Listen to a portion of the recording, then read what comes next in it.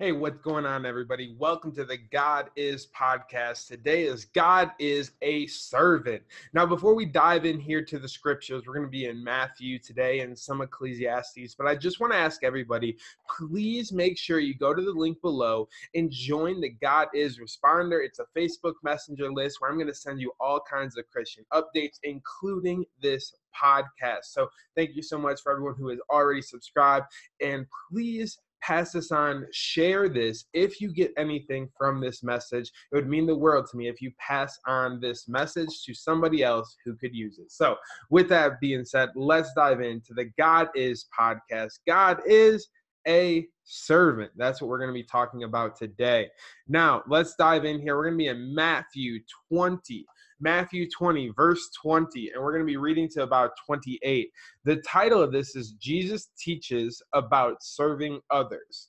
Now, this is very important, and I think this is very key because one of the things I truly believe we're called to do is serve others. So when we look at this, this is a very important text to listen to. So let's read this right here.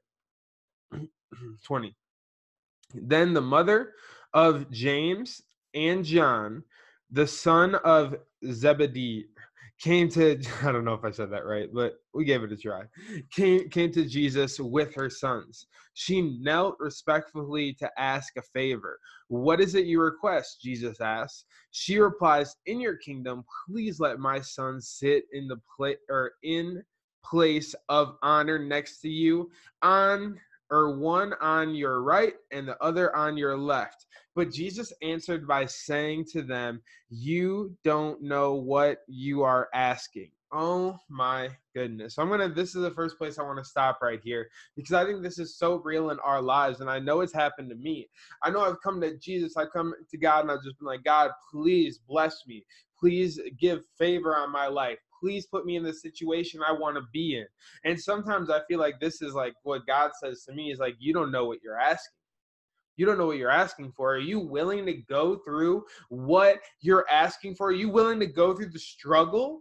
We talked about yesterday how a lot of people, we give up because the promise is too hard because we get the struggle. And I want you guys to understand that what's really being said here is what Jesus is saying is if you're praying to me, and what I'm taking from this is like, if you're praying to me for something, you better be willing to do whatever it takes to achieve that. So if God comes knocking to answer your prayer, you better be willing to get up and listen to what Jesus said because, Jesus is Jesus. We love Jesus, right? So when we look here at Jesus, look what he's saying here. You don't know what you are asking. Are you able to drink from a bitter cup of suffering I am about to drink? This is right before he's about to go get crucified. So understand that this is Jesus saying, are you sure you want to do what I'm going to do? Are you sure you can handle what I handle? Are you sure you can handle the responsibility of those prayers that you are praying? Are you sure that you are ready for this? And that's something that I think we need to take a step back and in our life and really think about because we need to think, are you ready for this? When we sit down and we pray to God, we need to understand, are we praying for something that we're not ready for? And then if so, how can we get ready? I'm not saying you need to quit praying. I'm saying you need to start preparing. I'm not saying that, oh, I'm praying for this big magical, this big magical miracle that seems foreign and crazy to me right now. And I've been praying for those too, and they're starting to come true in my life. So trust me, crazy miracles are still happening to this day and can happen for you. When it comes to this, though, it's about learning the skill sets to get that miracle. And that's the funny thing that what I truly believe this is saying, and what I think you could take away from this is when you look at what you're praying for, understand who you have to become to get that miracle, and then start becoming that person. Because here, look at their quick reply. They don't know what Jesus is about to go through. They don't know how hard it's going to be to achieve their goals. They don't know how hard it is to walk side by side with Jesus Christ, to be a true disciple of Jesus Christ, right? They don't like they're disciples and they don't understand how hard it is to be like on the throne of his kingdom, right? So listen to this. They said, "Oh yes," they replied, we are able to drink the suffering." Jesus told them, "You will indeed drink from my bitter cup.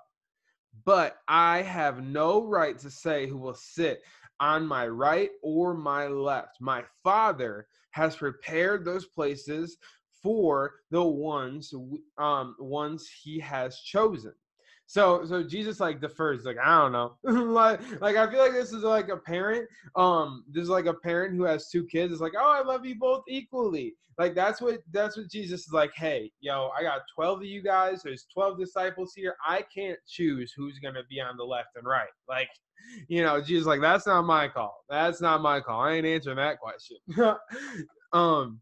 So we're here on verse 24, and where this is where it gets real interesting. Then the other 10, because yeah, right, these two go up and they're like, yo, Jesus, can we be your main people?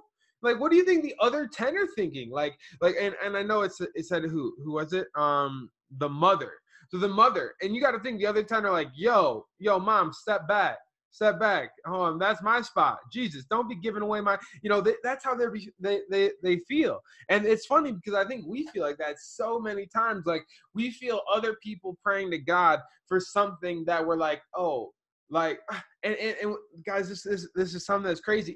We get angry about other people's goals. We get angry about other people's visions. We get angry about where other people want to go. And I think that's something that we really need to make sure that we pay attention to in this, because we got to make sure we don't get angry about those things. Because listen, verse 24. When the 10 other disciples heard what James and John had asked, they were in I don't know how to say that word. They were mad. I don't know how to pronounce that word, but they were mad. But Jesus called them together and said, you know that the rules in this world, Lord is over their people. All right, sorry, I'm going to read that back again. You know that the rulers in this world lord it over their people, and officials flaunt their authority over those under them. So here's the nugget. And it's hard to say, so I'm going to repeat it again because this is a big nugget. You know that the rulers in this world, this is so funny how Jesus said this, and this is still true today. You know that the rulers in this world lord it over their people, and officials flaunt their authority over those under them. But among you, it will be different. So he's talking to the disciples. So if you want to be a disciple of Jesus Christ, listen to me. If you want to be a disciple of Jesus Christ, he's talking to you. He said, among you. So if you're a follower of Jesus Christ, if you're a disciple of Jesus Christ, Jesus is talking to you. Among you, my followers, it could say right here, right? It will be different. Whoever wants to be a leader amongst you must be your servant.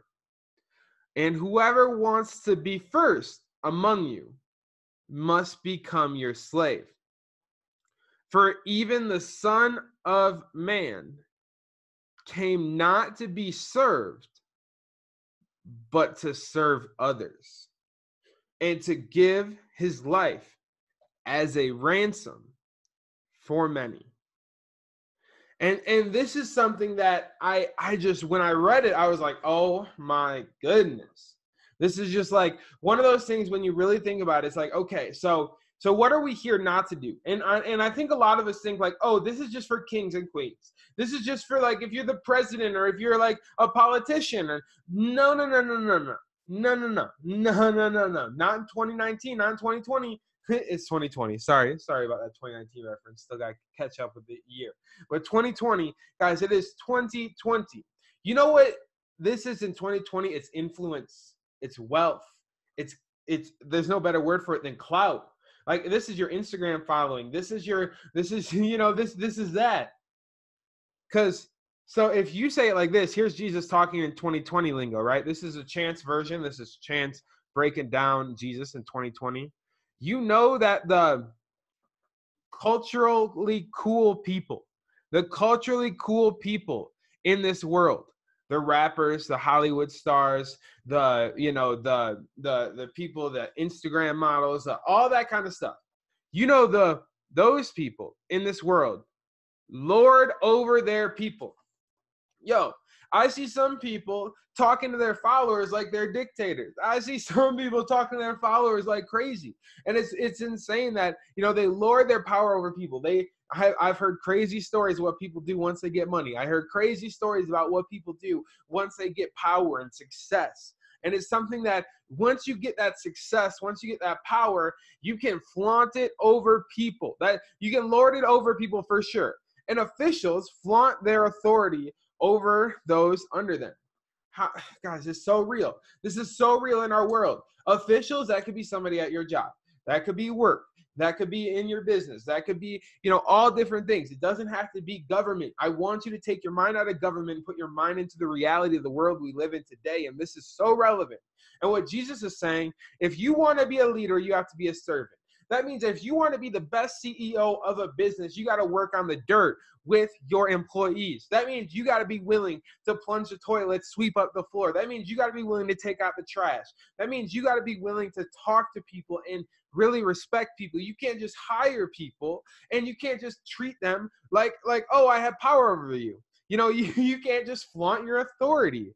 You can't just try to go build your brand, build your influence, go out and reach other people, go care for God's people, go reach out a hand and bring somebody to Christ. You can't do any of that if you're coming from an authoritative position where you're like, oh, I'm a Jesus Christ follower, I'm a Christian, and you lord it over people. Oh man, how many Christians lord over people that were just Christians and were better than you? You need to take this, because what Jesus is saying is if you want to be a true leader, you have to come to it with the mindset of a servant. And whoever wants to be first among you must become your slave. Think about that, because what's the polite thing to do is let somebody else go first. What's the polite thing to do is let somebody else go first. And I think this is something that I don't know, as I read this, as I think about it, as I pray about it, and as I talk to you, it says, whoever wants to be first among you must become your slave. So that means if you want to be first and you want to get above me, you would have to be my slave. And that's something that's hard to think about, but I think that's because we look at slave as a very different aspect. And I think if we replace that slave with servant, if we replace that servant with even just somebody who is there to take care of you, is there to look after you, is there to take care of you if you have fallen, we don't have the same things in 2020. We don't have the same worries, the same concerns. But what I'm telling you that is so true about this is that if you want to be a follower of Jesus Christ, he's telling us we have to take care of other people. We have to be emotionally available. We have to be physically available. We have to be financially available. We have to be able to take care of other people. We have to be able to be a servant to other people. That's why I say that this is called God is a servant, because you need to be a servant to other people so that you can show how kind and loving and caring God is. I think that comes in all different fashions, all different aspects. And I want to transition to this because this is something that I think also comes with this. And this is right here in Ecclesiastes 10. I'm almost done with it in my daily reading, so I just want to talk about it real quick. We're in Ecclesiastes 10, verse 5, the ironies of life. And this is something that I just want to read because I think it'll resonate with a lot of you. There is another evil I have seen under the sun. Now, make sure, if you guys don't know, this is King David's son speaking. He's the ruler of all the land, and he is trying to find the meaning of life. That's all Ecclesiastes is. Make sure you go read that. It's important. Okay, so verse 5. There is another evil I have seen under the sun. Kings and rulers make a grave mistake when they give great authority to foolish people and low positions to people of proven worth. I have seen servants riding horsebacks like princes and princes walking like servants. Now, I want you to understand this because Ecclesiastes came way before Jesus. I just want you to understand that. Ecclesiastes came before Jesus. So when you understand what's being said here, I want you to focus in on the idea that this is a guy saying that I've seen great people in a position of servants, worthy people in a position of servants. And I want you to think about that, because if we are looking at our value only by how other people view us. And they might say like, oh, Chance, why don't you want to stay in Miami and live a luxury lifestyle and instead you moved to Denver and started charity? What? Why would you do that? Why would you go to Denver and start a charity instead of, living this luxury, crazy lifestyle? And it's because of this. It's because I believe that God's calling me to be a servant. I believe that God's calling me to be a servant and take care of other people and bless other people in ways that I couldn't even think of using God's blessings. Because it's not me, it's just God, and God's going to flow through me because I'm willing to let him use me as a vessel. And I want you to understand that, because as I have, more things have come to me than I could even imagine. And I want you to understand that, because when it comes down to it, when we get right down to, to brass tacks, right? That's the thing. When we get down to it, if we spend our days serving other people and building God's people up, you'll get everything you want in this world. God will reward you with everything. That's it, guys. That's what I want to end with. God is a servant. Now you have to go be a servant too, if you're going to be a true follower of Jesus Christ. Guys, thank you so much for listening to this podcast. If you got any value from this, please like, share, comment. Make sure you guys get plugged into that Facebook Messenger list. The God is Responder down below. Sent out some music last night. If you guys enjoyed that music, let me know in the comments below. And with that being said, thank you so much for tuning in, and we'll see you all next podcast. Peace out, everybody, and God bless.